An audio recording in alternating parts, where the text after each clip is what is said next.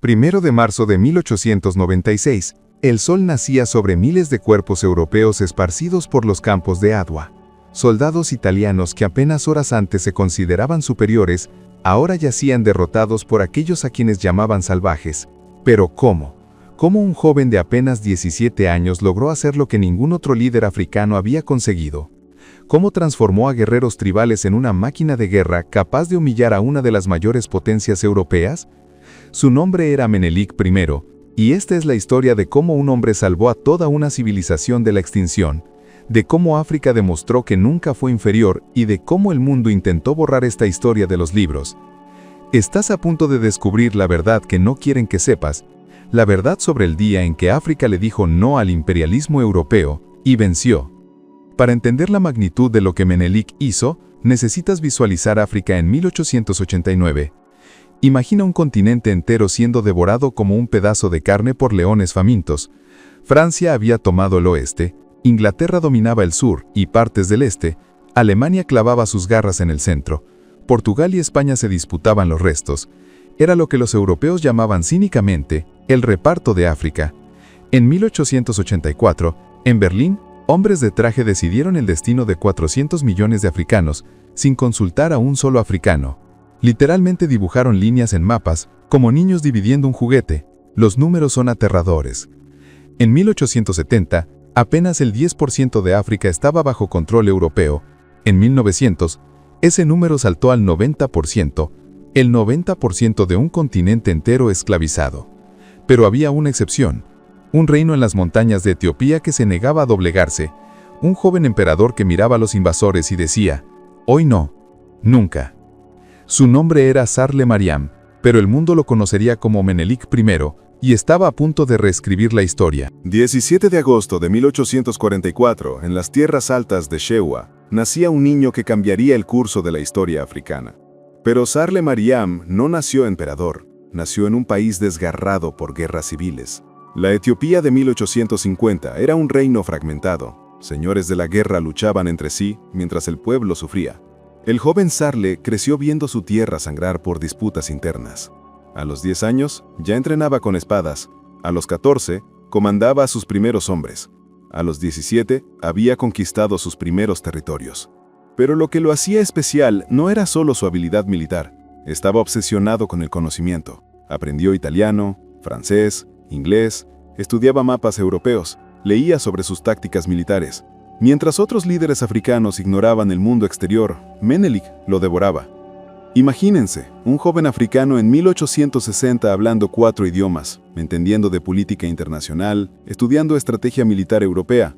Él sabía que para vencer al enemigo, necesitaba conocerlo mejor que él mismo. En 1865, a los 21 años, Sarle Mariam se convirtió en rey de Shewa. Era solo el comienzo. Tenía un plan que tardaría décadas en concretarse.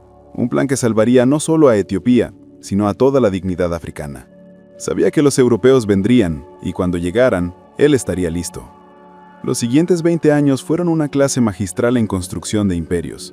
Menelik no solo conquistaba territorios, los transformaba. Cada victoria era calculada, cada alianza estratégica. Modernizó el ejército etíope de forma revolucionaria. Mientras otros líderes africanos luchaban con lanzas y escudos, Menelik importaba rifles modernos. Pero aquí está lo genial. No solo compraba armas, trajo técnicos europeos para enseñar a los etíopes a fabricar sus propias municiones. Creó una industria bélica independiente. ¿Se dan cuenta de la genialidad? Usó la tecnología europea contra los propios europeos.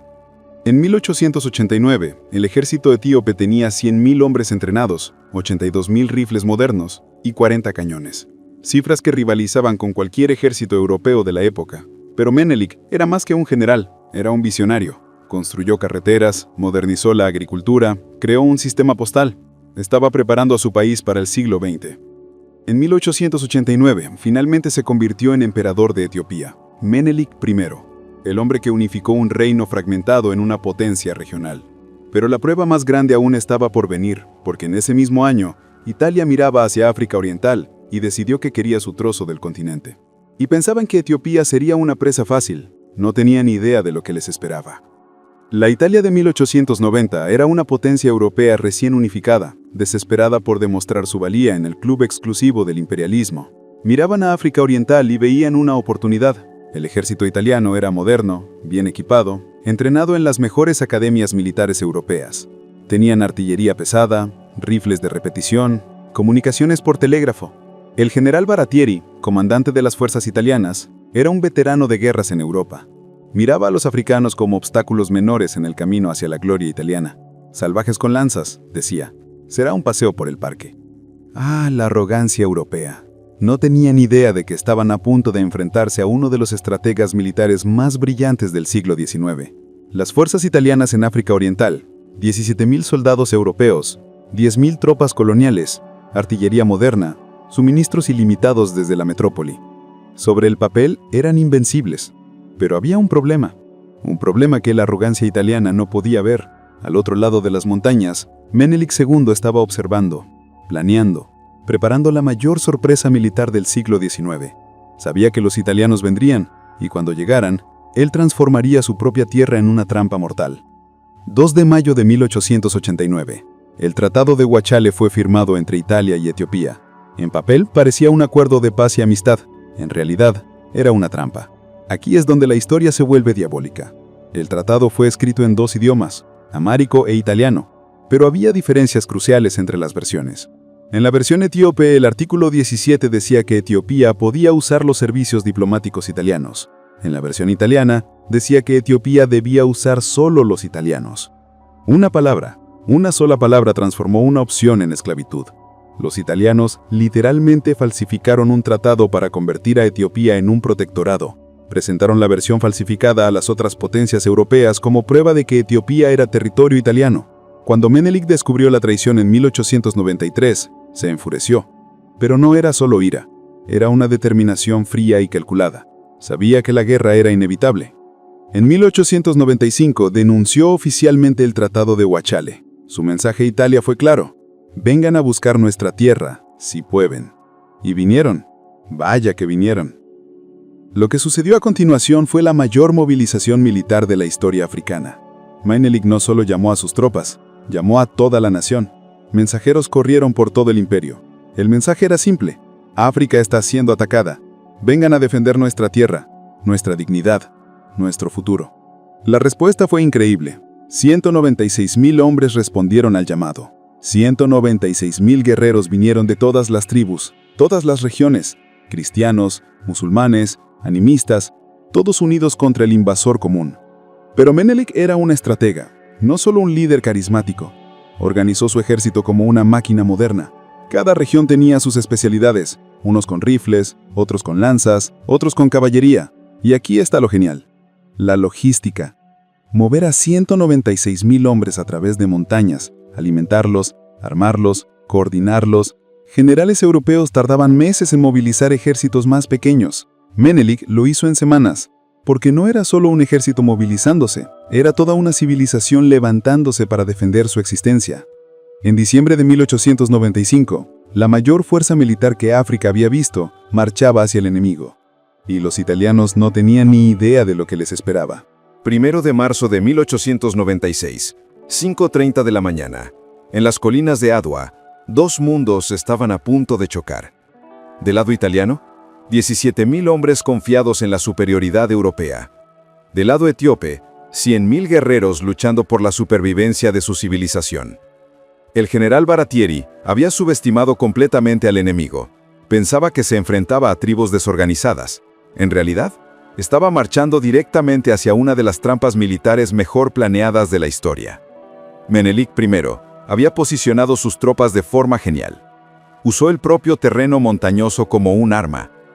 Los italianos fueron canalizados hacia valles donde la artillería era inútil y la superioridad numérica etíope era devastadora. A las 6 en punto, comenzó la batalla. Lo que debería haber sido una operación de limpieza italiana, se transformó en la mayor pesadilla militar europea en África. Durante 8 horas, el infierno se desató en Adwa. Los guerreros etíopes lucharon con una ferocidad que conmocionó a los europeos.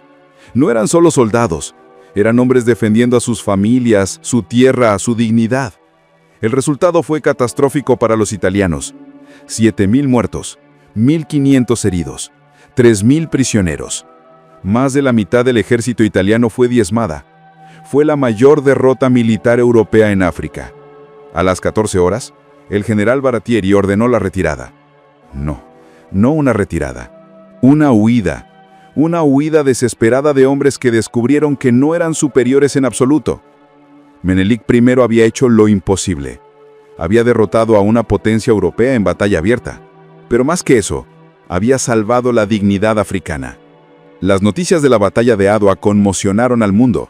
Periódicos desde Londres hasta San Petersburgo publicaban titulares increíbles. Africanos derrotan a ejército europeo. En París, los intelectuales debatían si sus teorías sobre la superioridad racial estaban equivocadas. En Londres, el gobierno británico reevaluaba sus estrategias en África.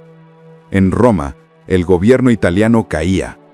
Pero el impacto más profundo fue en África. Por primera vez en décadas, los africanos de todo el continente tenían algo que habían perdido: esperanza. Movimientos de resistencia se levantaron desde Marruecos hasta el Cabo. Líderes africanos que se habían resignado al dominio europeo comenzaron a soñar de nuevo con la independencia. Etiopía se convirtió en el único país africano independiente. Durante 40 años, hasta 1960, fue literalmente el único. Un faro de libertad en un continente esclavizado. Menelik I gobernó hasta 1913, modernizando Etiopía, construyendo ferrocarriles, escuelas, hospitales. Demostró que África podía ser independiente y próspera. Hoy, cuando ves la bandera etíope ondeando, verde, amarilla y roja, estás viendo los colores que nunca se inclinaron ante el imperialismo, los colores de la resistencia africana. Menelik I no solo salvó a Etiopía, salvó la idea de que África podía ser libre. Sus colores se convirtieron en un símbolo del panafricanismo. Decenas de países africanos adoptaron esos colores en sus banderas. Pero aquí está la tragedia. ¿Por qué no se enseña esta historia en las escuelas? ¿Por qué se ignora una de las mayores hazañas militares de la historia moderna? ¿Por qué Menelik I no es celebrado como Napoleón o Alejandro? Porque la narrativa de la inferioridad africana es esencial para justificar siglos de explotación. Reconocer a Menelik sería reconocer que África siempre fue capaz de grandeza. Así que la próxima vez que alguien hable de civilización y superioridad, recuerda el 1 de marzo de 1896. Recuerda el día en que un joven africano demostró que el coraje, la estrategia y la determinación no tienen color.